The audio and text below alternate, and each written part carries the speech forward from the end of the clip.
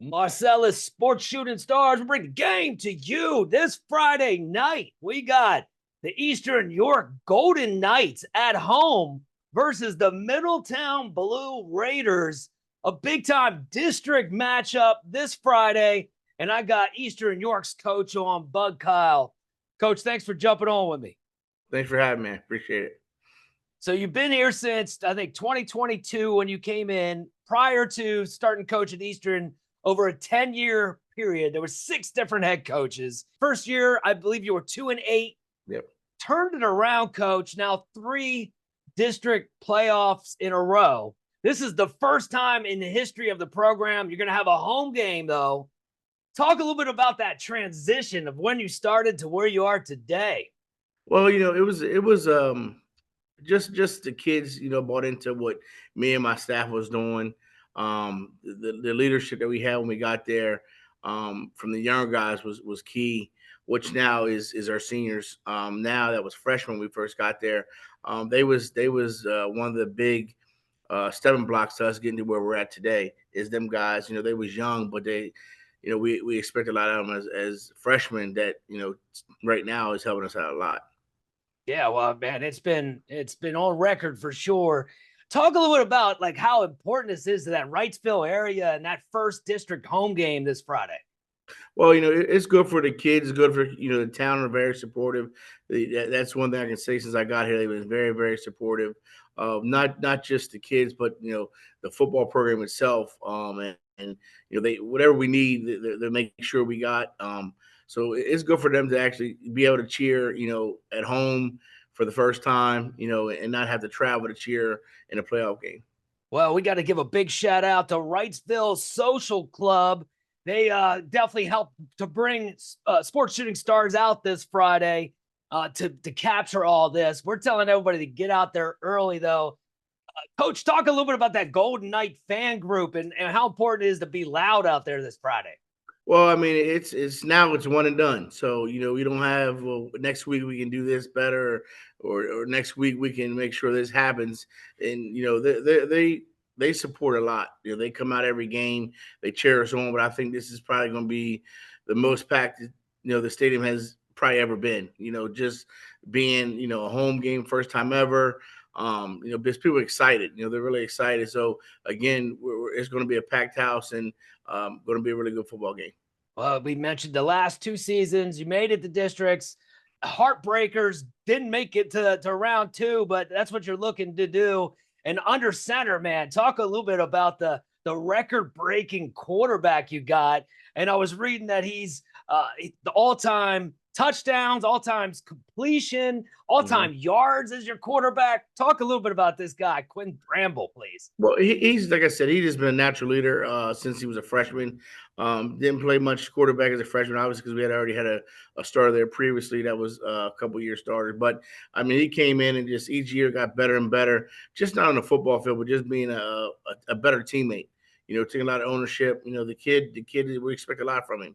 So we push him to be the guy that he is. So we make sure that he's leading the way. And I told him yesterday, I'm like, have fun.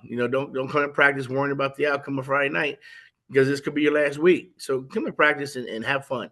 So if it is your last week, you're having fun while you're doing it. I don't want them guys to worry about the outcome Friday night when it's Monday or Tuesday practice. Let us stress about it. Let you guys just come to practice and have fun. That's probably the best advice you can get a young person that's already put all that work in. Yeah. Enjoy it, soak it up, man. Especially come kickoff 7 o'clock on Friday. I got goosebumps thinking about it myself. So, no, Coach, we've talked about before. You lost a lot of talent, going to different schools, graduating, but it seems like you are able to replace it as much as you possibly can. Talk about some of those offensive weapons that you have. Well, we knew last year we had some guys that in the future could step up and really help us when guys leave. We just wasn't expecting it as fast. So once that happened, we brought all the guys together and said, look, this is opportunity for you guys to step up, some sophomores and juniors. We only had 2 skilled players who ever played varsity offensively. So, for us, we knew it would be kind of a struggle. But once we start working out and got some 7-on-7s going, we seen the potential that we had. with some of the young guys and some of the guys that's ready to step up. Landon Allison, he's doing a heck of a job. Landon Englehart's doing a heck of a job. And in the last couple of weeks, Lennox Golder been really good for us as well on the side of the ball. So again, we got guys that have been there for a while, like Ethan Scrinoli, he does whatever we ask him to do, whether it's receiver, whether it's running back, the kid does whatever.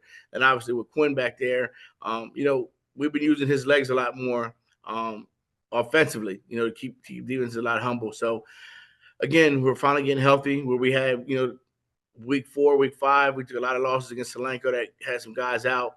But now that we're back, we're in a good spot. We're really in a good spot.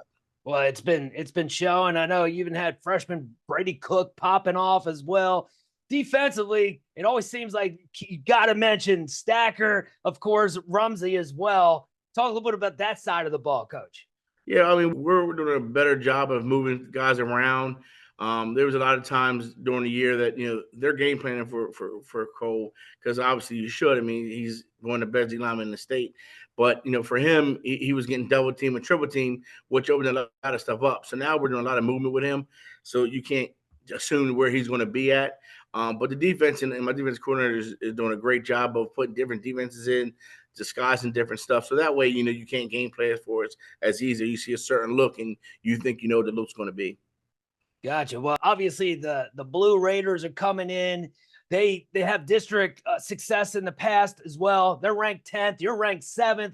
They're experienced. They're here for a reason, just like we are. So again, now it's one to go home. You can't take any team for granted, regardless if they're 7th, 8th, 9th, 10th, 1st, 2nd, or 3rd. Anything can happen. It's one to go home now. Coach, again, I just want to congratulate you on a great success turnaround the last few years, and Eastern York Golden Knights, that whole program is looking on the up and up, and wishing you the best Friday night. Hope you get that first ever district W, especially at home. Telling everybody get out there early. If you can't, you can watch it on Sports Shooting Stars. Coverage starts at 6:45 because we bring the game. Shooting Stars. We bring the game to you.